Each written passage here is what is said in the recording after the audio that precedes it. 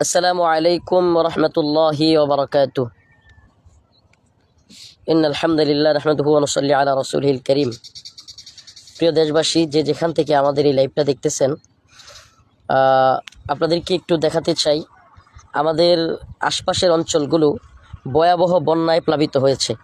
আমাদের মাদ্রাসা সহ আমাদের একেবারে এদিকে যত বাড়িঘর আছে, অনেক বাড়িঘরে খাটের উপরে পানি উঠেছে। অনেকে রান্না করতে পারতেছে না, খাবার 2-3 দিন যাবৎ খাবার খেতে পারতেছে না।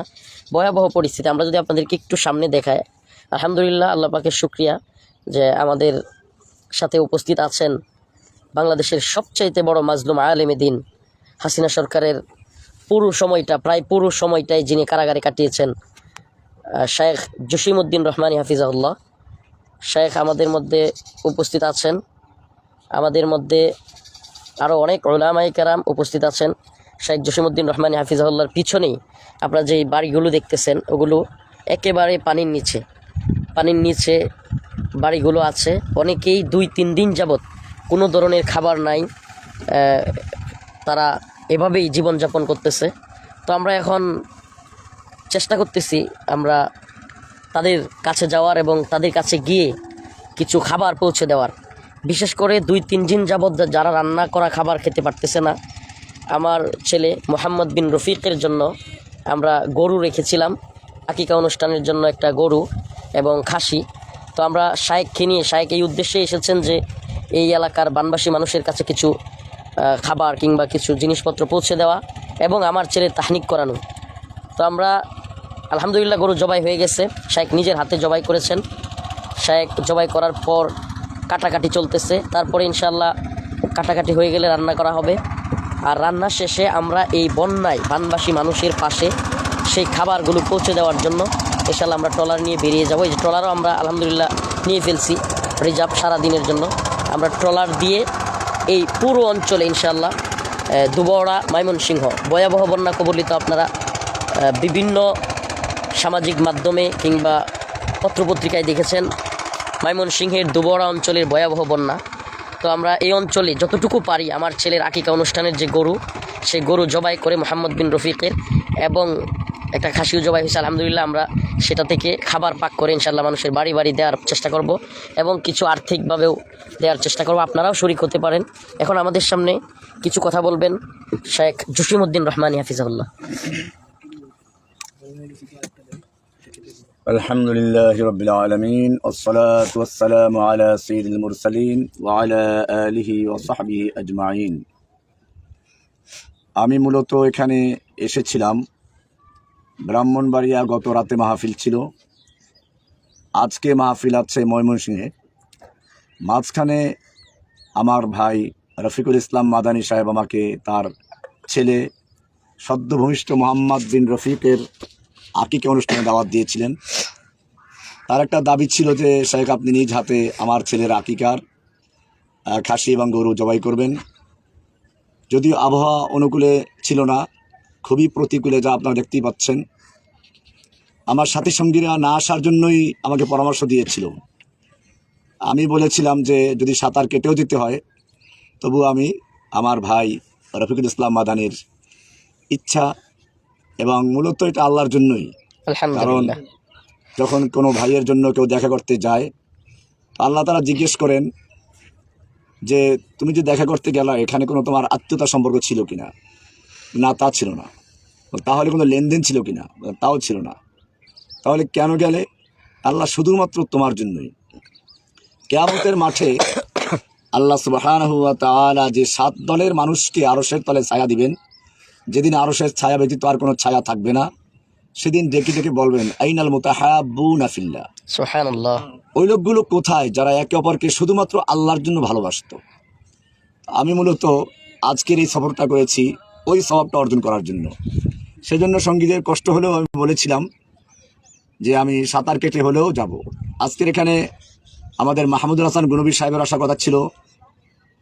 এরকমভাবে মাজলুম বন্দীদের আশার আলো আমাদের মুফতি হারুন এজাহার সাহেবের আসার কথা ছিল। ওনারা মাযরাত পেশ করেছেন বিভিন্ন ওজরের কারণে। তো আমি আর না এসে পারলাম না, কারণ আমার এই ভাইটা আমার সঙ্গে কারাগারে দেখা করতে গিয়েছিল।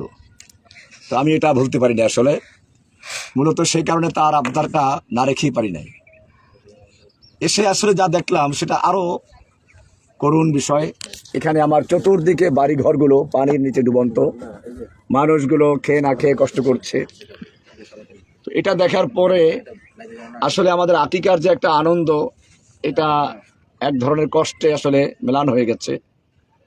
আমার ভাই রফিক মাদানি উনি সিদ্ধান্ত নিয়েছেন যে আকিকার যে অনুষ্ঠান করার কথা ছিল সে গরু জবাই হয়ে গেছে, এর অর্ধেকটা মাংস রান্না করে যারা আজকে রান্না করা খাবার খেতে পাচ্ছে না, কয়েকদিন যাবৎ তাদের চুলা জ্বলছে না, এরকম লোকদের বাসায় বাসায় এই ট্রলারের মাধ্যমে খাবার পৌঁছে দেওয়া। ইনশাআল্লাহ মূলত এটাই হচ্ছে আসলে খিদমতে খালক। আমাদের রাসূল সাল্লাল্লাহু আলাইহি ওয়াসাল্লামের নবুয়ত প্রাপ্তির পরে যখন তিনি খাদিজার কাছে এলেন আর বললেন জাম্মিলুনি জাম্মিলুনি, আমাকে চাদর দাও, আমাকে চাদর দাও। রাসূল সাল্লাল্লাহু আলাইহি ওয়াসাল্লাম কথা বললেন, আমার ভয় হচ্ছে আমি হয়তো মরে যাব, আমি বাঁচব না। তখন আমাদের আম্মা আয়েশা খাদিজা রাদিয়াল্লাহু তাআলা আনহা আল্লাহর রাসূলকে যে সান্ত্বনা বাণী দিয়েছিলেন, আমার মনে হয় দুনিয়াতে শুরু থেকে শেষ পর্যন্ত এরকম সান্ত্বনার বাণী কোনো স্ত্রী তার স্বামীকে শোনাতে পারে নাই, ভবিষ্যতেও পারবে না। তিনি যে কথাগুলো বলেছিলেন প্রত্যেকটা কথা একটা মানব ইতিহাসের স্বর্ণাক্ষরে লেখা থাকবে। বুখারীর শুরু দিকেই হাদিসটা রয়েছে। তিনি বললেন, কাল্লা ওয়াল্লাহি লা ইউখজিকাল্লাহু আবাদা, না, আল্লাহ আপনাকে কখনো অপমানিত করবেন না, আপনাকে লাঞ্ছিত করবেন না, আপনাকে দুনিয়া থেকে এভাবে নিয়ে যাবেন না। কারণ ইন্নাকা লা তাসিলুর রাহমা, আপনি তো আত্মীয়তার সম্পর্ক কখনোই ছিন্ন করেন না, আত্মীয়তার সম্পর্ক বজায় রাখেন। এটা সামাজিক কাজ, আত্মীয় স্বজনদের সাথে সুসম্পর্ক রাখা, তাদের সাহায্য করা। ওয়া তাহমিলুল কাল, অসহায় মানুষের বোঝা আপনি বহন করেন।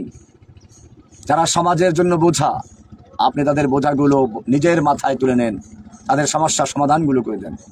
ওয়া তাকসিবুল মাদুম, অন্নহীন বস্ত্রহীন মানুষকে আপনি অন্ন বস্ত্র দান করেন। ওয়া তাকরিদ দাইফ, আপনি মেহমানদের মেহমানদারি করেন। ওয়া তুঈনু আলা নাওয়াইবিল হক, এবং প্রাকৃতিক দুর্যোগ মুহূর্তে আপনি মানুষের পাশে দাঁড়ান। সুবহানাল্লাহি ওয়া বিহামদিহি। এই প্রাকৃতিক দুর্যোগ আমরা দেখতে পাচ্ছি, আমাদের চতুর্দিকে বাড়ি ঘরগুলো ডুবন্ত।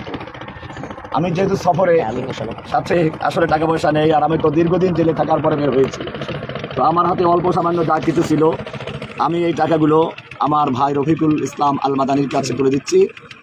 এটা শুধু আপনাদেরকে উৎসাহিত করার জন্য, যে যাতে করে কোরআনে একটা আয়াত আছে, তাহলে আমরা ইন তুবদু খায়রান আও তুখফুহু ইউহাসিবকুম বিল্লাহ। ট্রলারে তাহলে শুকনো কিছু খাবার কোরআনে আরেকটা বলা আছে, ওয়াইন তুবদু খায়রান ইন তুখফুহা ফানি'ম্মা ওয়া ইন তুবদুহা ওয়া তু'তুল ফুকারা, খাওয়া খাইরুল যদি তোমরা প্রকাশ্যে দান করে এবং ফকিরদেরকে দিয়ে দাও, এটা তোমাদের জন্য ভালো, কারণ এটা দেখে অন্যরা উৎসাহিত হবে। আমি মূলত সেই অন্যদেরকে উৎসাহিত করার জন্য, আমার আজকে যারা দেখতে পাচ্ছেন আপনাদেরকে উৎসাহিত করার জন্য আমি আমার এই অল্প সামান্য যা সাথে আছে আমি আমার ভাই রফিকের হাতে তুলে দিচ্ছি। জাযাকাল্লাহ জাযাকাল্লাহ, সবাই বলি আলহামদুলিল্লাহ।